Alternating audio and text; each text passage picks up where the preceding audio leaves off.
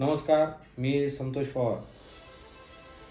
गेली 20 वर्षापासून मी इंडस्ट्रियल एरियामध्ये मॅन्युफॅक्चरिंग, ट्रेडिंग आणि सर्व्हिस ह्या क्षेत्रामध्ये काम करत आहे. खरं तर आज मी खास हा व्हिडिओ युवकांसाठी बनवत आहे की आज मी समाजामध्ये भरपूर असे युवक बेरोजगार आहेत, विचार शून्य झालेले दिसत आहेत, ताणतणावात आहेत.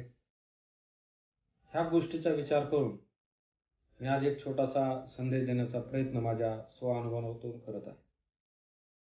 स्वामी विवेकानंदांनी सांगितलं होतं, उठा, जागे व्हा, दिशा तुम्हाला शरण जातील.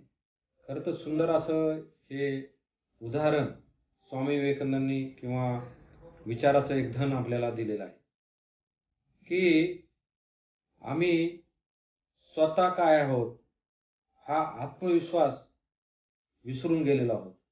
खरं तर आज सोशल मीडियाच्या दुनियामध्ये, इलेक्ट्रॉनिक मीडियाच्या दुनियामध्ये आम्ही आजूबाजूला काय चाललंय हे पण आम्ही बघत नाही.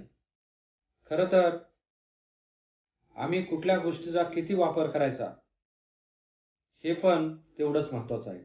खरं तर ईश्वरानं मनुष्याला जन्म दिलाय तर काही ना काही त्याच्यावर जबाबदारी दिलेली आहे.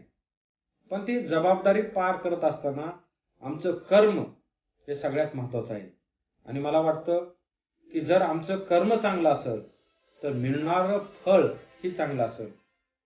पण आमच्या बुद्धीमध्ये, आमच्या मनामध्ये हजारो विचार संभ्रम करत असतात.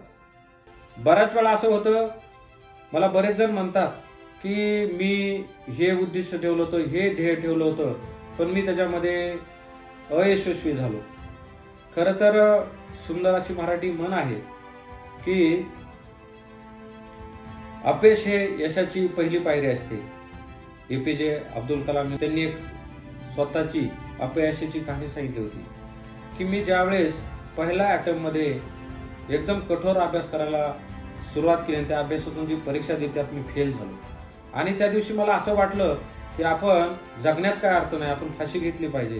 पण ते एका स्वामीकडे सल्ल्याला गेले आणि त्या स्वामींनी त्यांना सल्ला दिला की आज जरी तू ह्या परीक्षेत नापास झाला असशील तर ईश्वराने ह्याच्यापेक्षा मोठी संधी, एक मोठं पद तुला राखून ठेवलेलं आहे. तू अजून ह्याच्यापेक्षा जास्त मेहनत कर. म्हणून सांगण्याचं या उदाहरणातून एवढंच मला आहे की मेहनत ही कधीच वाया जात नाही. फक्त आम्ही त्या मेहनतीचं सातत्य ठेवणं गरजेचं आहे.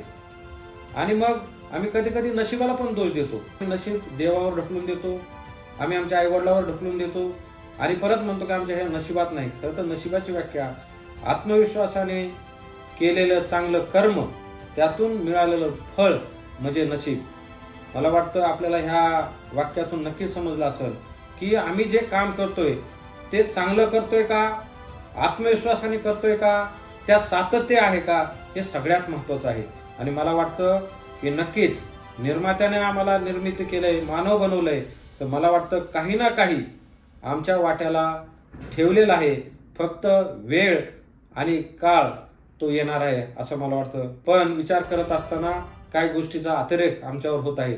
तो जर कमी केला, जसं मोबाईलचा आहे किंवा राजकारणाचा आहे, तर त्याच्यामध्ये थोडं आम्ही भरकटून न जाता आमचं उद्दिष्ट पूर्णत्वाकडे नेण्यासाठी प्रयत्न केला पाहिजे.